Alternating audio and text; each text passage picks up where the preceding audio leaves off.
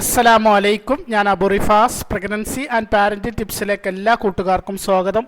Channel subscribe ചെയ്യാനും നിങ്ങളുടെ കൂട്ടുകാരിലേക്ക് share ചെയ്യാനും എല്ലാവരോടും അഭ്യർത്ഥിക്കുന്നു.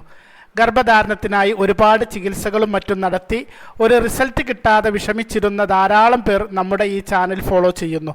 അൽഹംദുലില്ലാ, ഒരുപാട് പേർ ഗർഭിണിയായി എന്ന് കമൻറ്റുകളിലും വാട്സപ്പ് മെസ്സേജിലും ഒക്കെ സന്തോഷം പറയുന്നു. ഗർഭധാരണത്തിന് തടസ്സമാകുന്ന മിക്ക വിഷയങ്ങളെക്കുറിച്ചും അതിന് ചെയ്യേണ്ട പരിഹാരങ്ങളെക്കുറിച്ചും നമ്മൾ ഈ ചാനലിൽ ചർച്ച ചെയ്തിട്ടുണ്ട്. അതിൽ ആത്മീയ കാര്യങ്ങളും ഭൗതികപരമായ കാര്യങ്ങളും എല്ലാം ഉണ്ട്. ഇവിടെ ഗർഭിണിയായി എന്ന് പറയുന്നവർ ഇതൊക്കെ ഫോളോ ചെയ്തു എന്ന് അവരുടെ സക്സസ് സ്റ്റോറിയിൽ പറയുന്നത് നമുക്ക് കാണാൻ കഴിയും.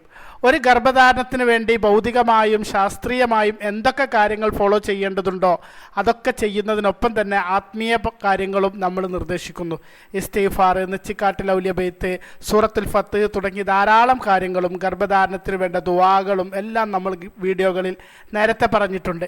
ഇൻഷാ അല്ലാഹ് ഈ വീഡിയോയിൽ ഗർഭധാരണ തടസ്സങ്ങളടക്കം മാറാനും നമ്മുടെ ഹലാലായ ആഗ്രഹങ്ങൾ സഫലമാകാനും അള്ളാഹുവിൻ്റെ മഹത്തായ ഇസ്മ ഉപയോഗിച്ചു കൊണ്ടുള്ള ഒരു അമലാണ് പറയുന്നത്.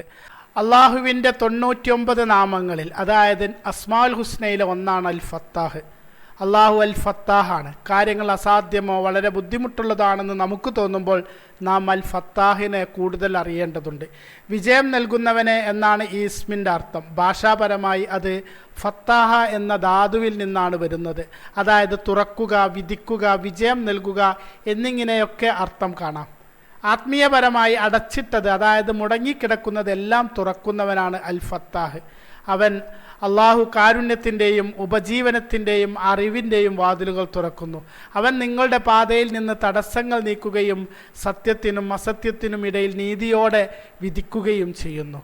നമ്മൾ നമ്മുടെ പ്രശ്നങ്ങൾ പരിഹരിക്കാൻ ഒരുപാട് വഴികൾ തേടുന്നു. ഗർഭധാരണത്തിനാണ് എങ്കിൽ ഹോസ്പിറ്റലുകളിൽ പോകുന്നു, മരുന്നുകൾ കുടിക്കുന്നു, അതിനു പുറമെ മറ്റു പല ചികിത്സകളും ചെയ്തു നോക്കുന്നു.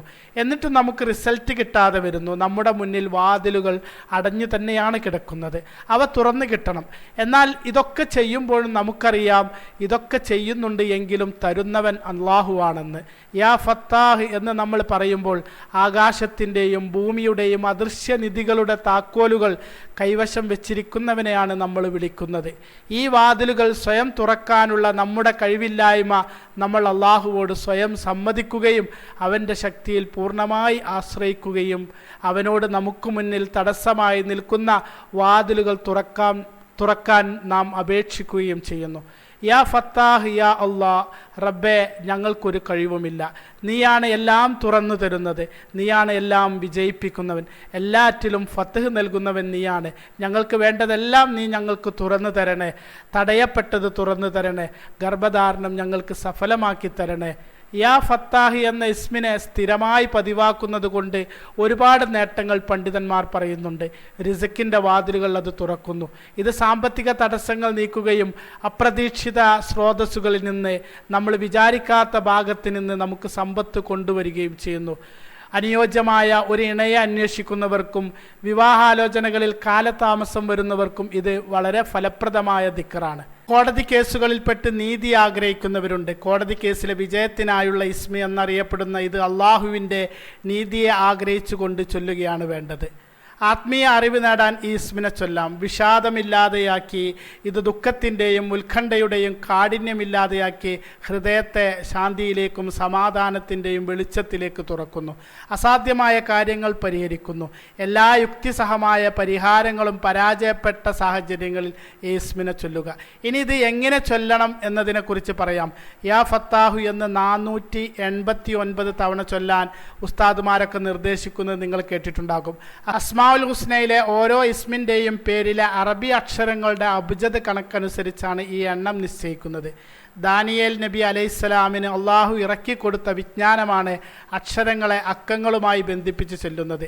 ഇതനുസരിച്ച് ഓരോ ഇസ്മിന് ഓരോ ജമൽ കണക്കുണ്ട്. യാ ഫത്താഹ് 489 തവണ, യാ ലത്തീഫ് 129, യാ ജാമി 114, യാ റഖീബ് 312.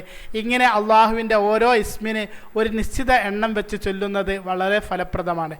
ഇത് പ്രകാരം നിങ്ങൾ ചെയ്യുകയാണ് എങ്കിൽ ഇശാ നിസ്കാരം കഴിഞ്ഞ ശേഷം വുളു ഒന്നുകൂടി പുതുക്കുക, സ്വസ്ഥവും ശാന്തവുമായ ഒരു സ്ഥലത്തിരിക്കുക.